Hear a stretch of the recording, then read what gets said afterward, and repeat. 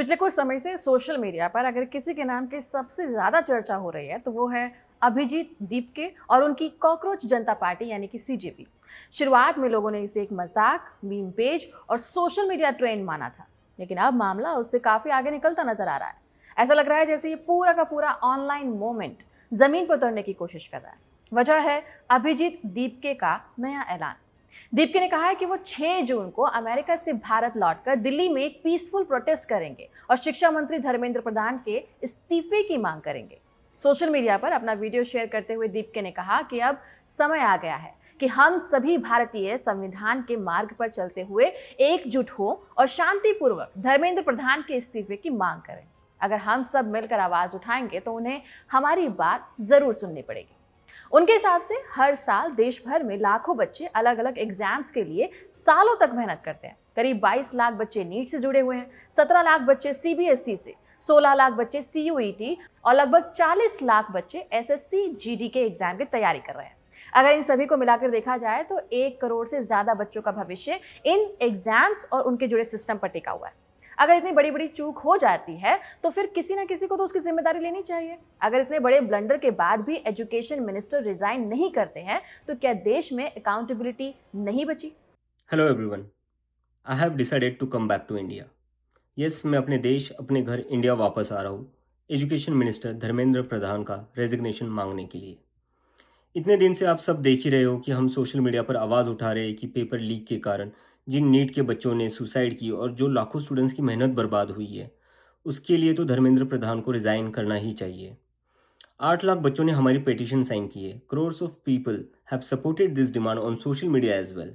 And not just that, देश में कई सारी जगहों पर इसको लेकर प्रोटेस्ट भी तो हो रहे हैं, जैसे लखनऊ, जयपुर, महाराष्ट्र, दिल्ली। लेकिन फिर भी इनको कोई फ़र्क नहीं पड़ रहा। आज नीट के 22 लाख स्टूडेंट्स, सीबीएसई के 17 लाख स्टूडेंट्स, सीयूईटी के 16 लाख स्टूडेंट्स और एसएससी जीडी के 40 लाख स्टूडेंट्स, ऐसे 1 करोड़ से ज़्यादा स्टूडेंट्स हैं जिनकी ज़िंदगी के साथ मजाक किया गया है सिस्टम द्वारा। इसकी वजह से स्टूडेंट्स बहुत ही ज़्यादा एंशियस और परेशान हैं अपने फ्यूचर को लेकर। किसी को तो इसकी जिम्मेदारी लेनी होगी। इतने बड़े ब्लंडर के बाद भी अगर एजुकेशन मिनिस्टर रिजाइन नहीं करते तो इसका मतलब इस देश में अकाउंटेबिलिटी नाम की कोई चीज़ बची ही नहीं है। 3 मिनट 40 सेकंड के वीडियो में दीपके ने सिर्फ लोगों से प्रदर्शन में शामिल होने की मांग नहीं करी, बल्कि पूरा का पूरा प्लान भी बताया है। प्लान कुछ ऐसा है कि 6 जून को जब वो दिल्ली के एयरपोर्ट पर उतरेंगे तो उन्हें सपोर्ट करने वाले लोग वहीं आकर उनसे मिले। इसके बाद वो सभी लोग साथ में संसद मार्ग पुलिस स्टेशन जाएंगे और जंतर मंतर पर शांतिपूर्वक प्रदर्शन की इजाजत मांगेंगे और एजुकेशन मिनिस्टर धर्मेंद्र प्रधान के इस्तीफे की मांग करेंगे। मैंने डिसाइड किया है, मैं 6 जून सैटरडे सुबह दिल्ली आऊँगा।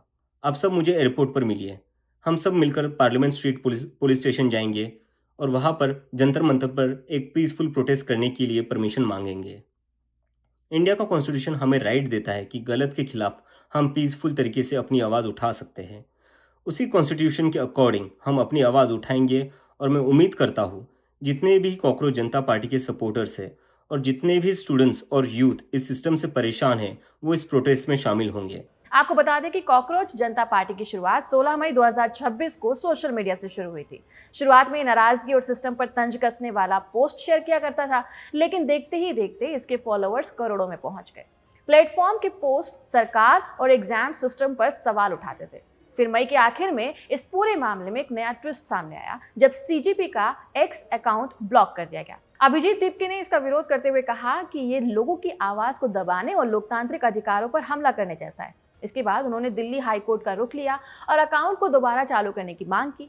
हालांकि कोर्ट ने अकाउंट को तुरंत बहाल करने का आदेश नहीं दिया है। कोर्ट ने कहा है कि पहले केंद्र सरकार की एक रिव्यू कमेटी इस पूरे मामले को देखेगी और ये तय करेगी कि अकाउंट ब्लॉक रखने का फैसला सही था या नहीं था। साथ ही कोर्ट ने दीपके को भी अपनी बात रखने की परमिशन दी है ताकि वो कमेटी को बता सके कि उनका अकाउंट क्यों दोबारा शुरू करना चाहिए। हालांकि उस दौरान एक इंटरव्यू में दीपके का कहना था कि अगर वो भारत आते हैं तो पुलिस सीधे उनकी गिरफ्तारी कर सकती है। उनके मुताबिक उन्हें व्हाट्सएप पर धमकी भरे मैसेजेस मिल रहे हैं, जिसका स्क्रीनशॉट भी उन्होंने शेयर किया और कहा कि अब उनको उनके परिवार की सुरक्षा को लेकर चिंता है। अभी देखना होगा कि अब अभिजीत दीपके भारत आएंगे तो उनका समर्थन कितने लोग एयरपोर्ट पर करने के लिए पहुंचते हैं, जंतर मंतर पर कितनी भीड़ जुटती है और क्या यह आंदोलन वाकई यूथ की एक बड़ी आवाज बन पाता है। फिलहाल इस खबर में इतना ही। आपका इस पर क्या कहना है कमेंट सेक्शन में जरूर बताइएगा।